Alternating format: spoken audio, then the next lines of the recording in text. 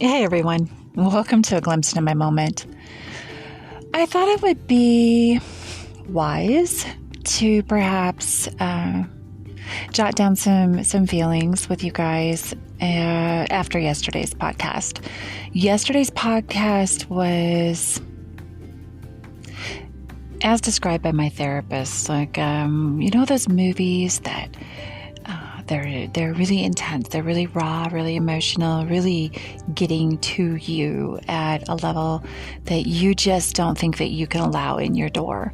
And you put your eyes or your eyes are squinted shut, and you put your hands in front of your face, and you're just pushing, like your body is repelling against watching it while you're peeking through your fingers to watch it, because it's so raw and emotional, and the person in front of you has their insides, all those inside gushy mushy things that you hide away and you tuck away. They have them right out there on the outside. And I thought that was a really good way to explain my podcast yesterday, because that explains me right now. Everything about Nita is outside of Nita. I'm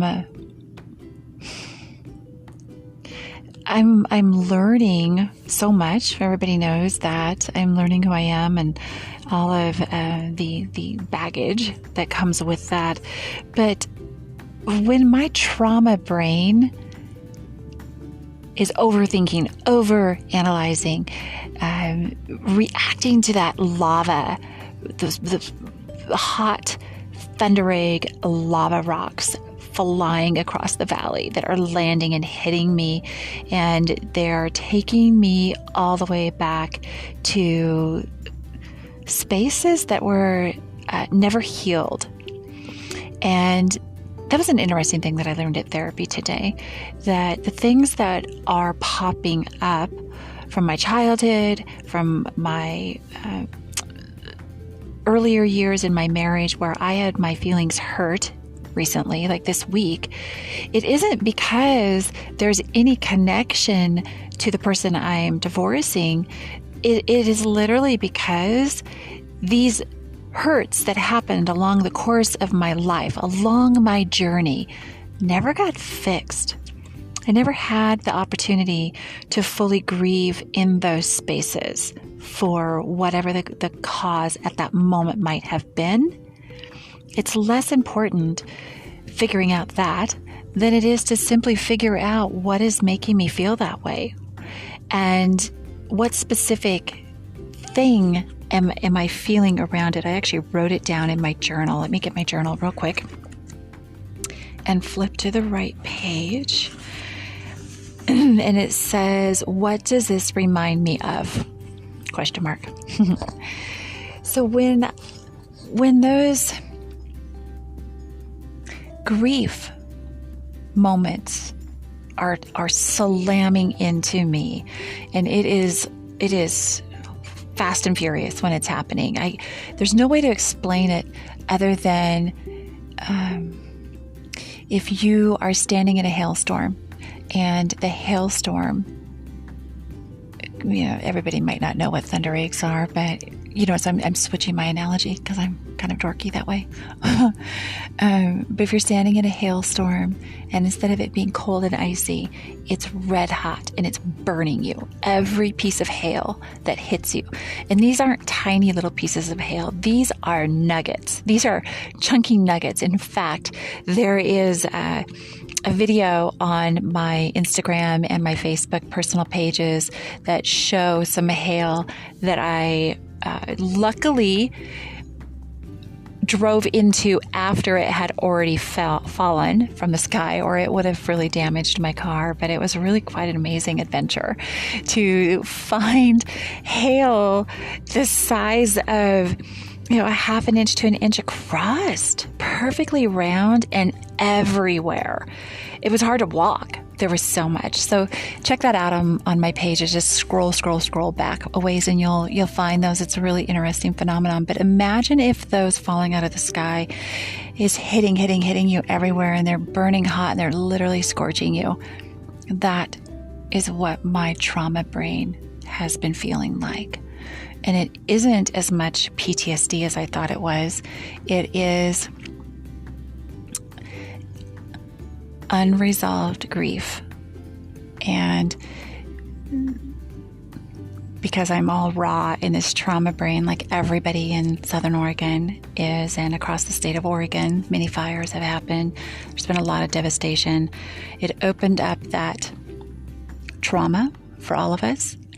And for me, that trauma then manifested itself into survival mode, numbness, the trauma inducement that is not going away. It's actually then grabbing onto other things and pulling them to the forefront. And it hurts. It's painful.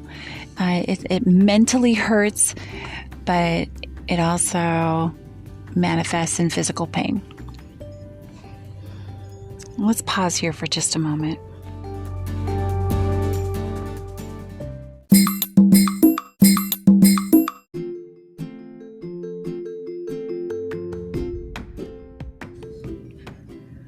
So what does it look like? What do I mean that there's pain, physical pain associated with it? For me, when I'm in distress, when I am in this numb trauma brain space, my body is tense, clenched up, tight, in that fight or flight mode almost, but just hyper, what's the right way to put it? Not hypersensitive, but hyper clenched, and it's just in stress mode. It is locked in stress mode. It is not locked in vacation relax mode. Vacation relax mode would be a completely different thing, right? It is not what it's like. And so when I realize that, or I'm dealing with the pain of something, it makes me just a little bit frustrated.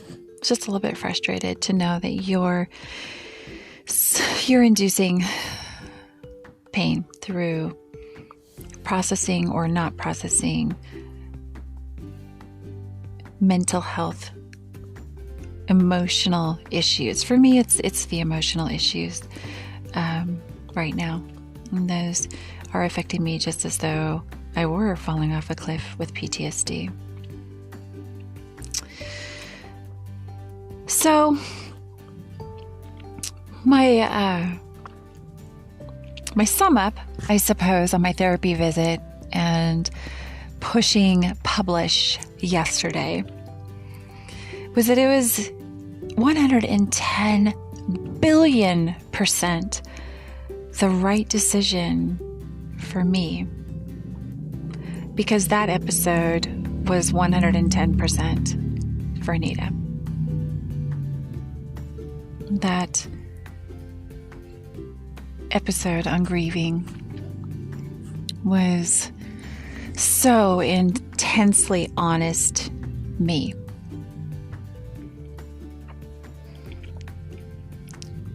Noah changed my life. He changed the very course of my life and everything about who I am. Made me better. Tonight he makes me smile. I think that for me, therapy is a godsend, and it really helps me to process so much of the stuff on my plate that I struggle with understanding sometimes. I get there pretty quick.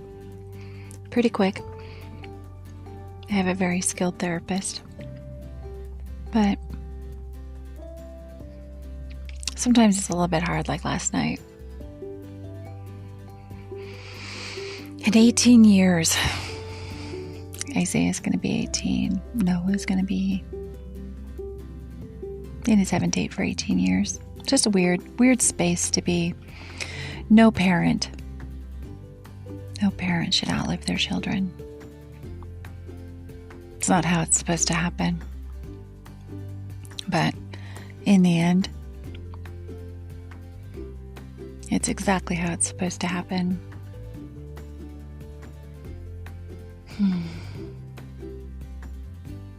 That won't make sense to some of you, and that's okay.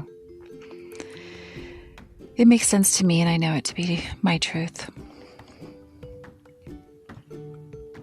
Anyway, thank you guys for tuning in again tonight. I really appreciate it. I appreciate your trust in my words and my conversation with you, my sharing this incredibly raw journey that I'm on. I am incredibly passionate about healing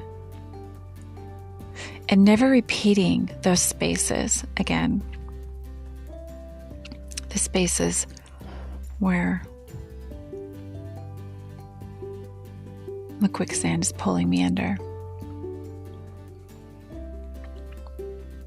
I know some of you listening have felt that quicksand sucking you down. Probably choked on it. It's a horrible thing. So maybe we can always just help each other and work together to keep that out of our path.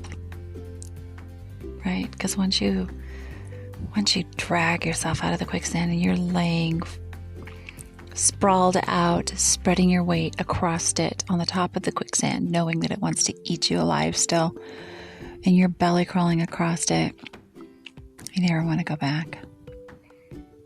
Because there will be a moment when you reach the edge and you scramble up to safety.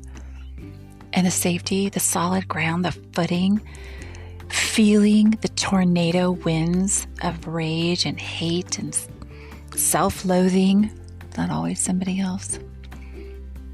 Feeling that stop and beginning to live, that's addicting.